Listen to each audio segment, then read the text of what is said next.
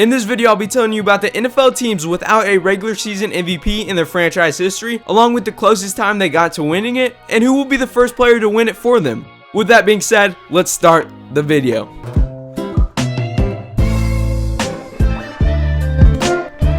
The Jacksonville Jaguars. Starting with the least surprising team, off of the top of my head, I can't really think of anyone in particular who came close to winning it. In fact, they have actually never had a player to receive a single MVP vote. In contrast, the player that could win them the first MVP comes straight to mind, Trevor Lawrence. Seeing him throw at his pro day, I'm ready to give this guy a Hall of Fame jacket already. He gives me Peyton Manning or Andrew Luck feelings. I definitely believe he could be the first player to win the Jacksonville Jaguars and an MVP. The Arizona Cardinals. The oldest team on this list by far, the Cardinals have yet to muster up an MVP. They have suffered from poor quarterback play for a large part of their team's history. The closest they came to an MVP is Kurt Warner in 2008 when he took the team to the Super Bowl.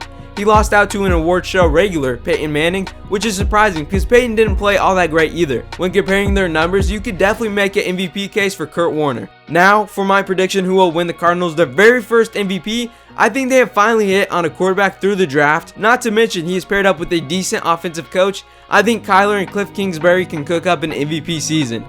The New York Jets.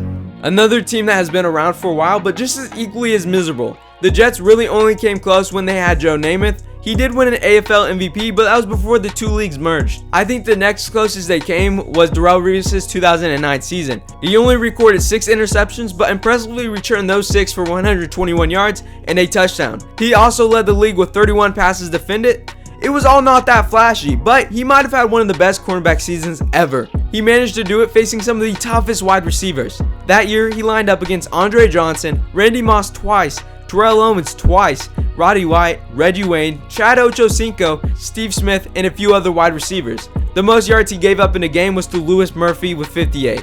He was literally shutting down Hall of Famers week in and week out.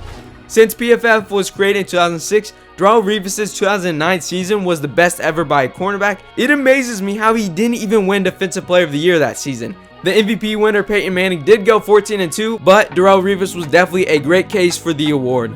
The player in the future that could win them their first MVP is probably one of their future draft picks. With the second overall pick this year, they could grab Lance Field or Wilson, who looks to give them the best chance to win MVP. The Tampa Bay Buccaneers. The best team on this list as of right now is another team that has never been close to having an MVP. As we all know, this award is very QB dominant, but unfortunately, all of the Buccaneers' best franchise players are on defense.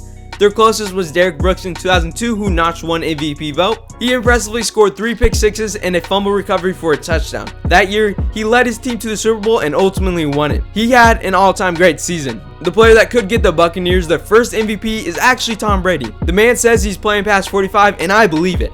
Right now, his receivers for next season is Mike Evans, Antonio Brown, Chris Godwin, and tight end Rob Gronkowski. I could definitely see him putting together one final MVP season. The Houston Texans. Surprisingly enough, this team should not be on here.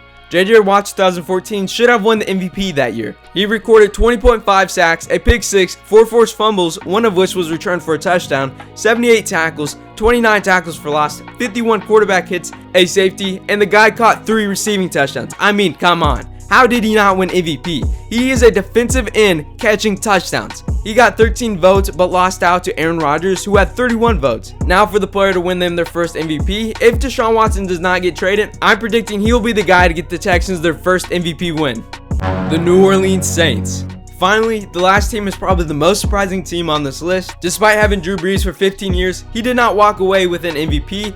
He was the runner-up 4 times, but his best attempt for the award was in 2018. He set an all-time record for highest completion percentage in the season with 74.4%, throwing for 32 touchdowns and only 5 interceptions that season. Adding on top of that, with a league-leading 115 passer rating, he collected 9 MVP votes, but unfortunately, he fell short to Patrick Mahomes. If the Saints could not obtain a single MVP season with 15 years of Drew Brees, then I have no clue who could win it for them. That being said, Alvin Kamara gives them the best chance to win MVP. Which team surprises you the most on this list? I was amazed how Darrelle Revis' 2009 season or J.J. Watt's 2014 season did not win MVP. Those are all-time great seasons for their position. I hope you guys enjoyed the video. If you did, make sure you drop a like and subscribe while you are down there. Alright, I'll see you guys next time.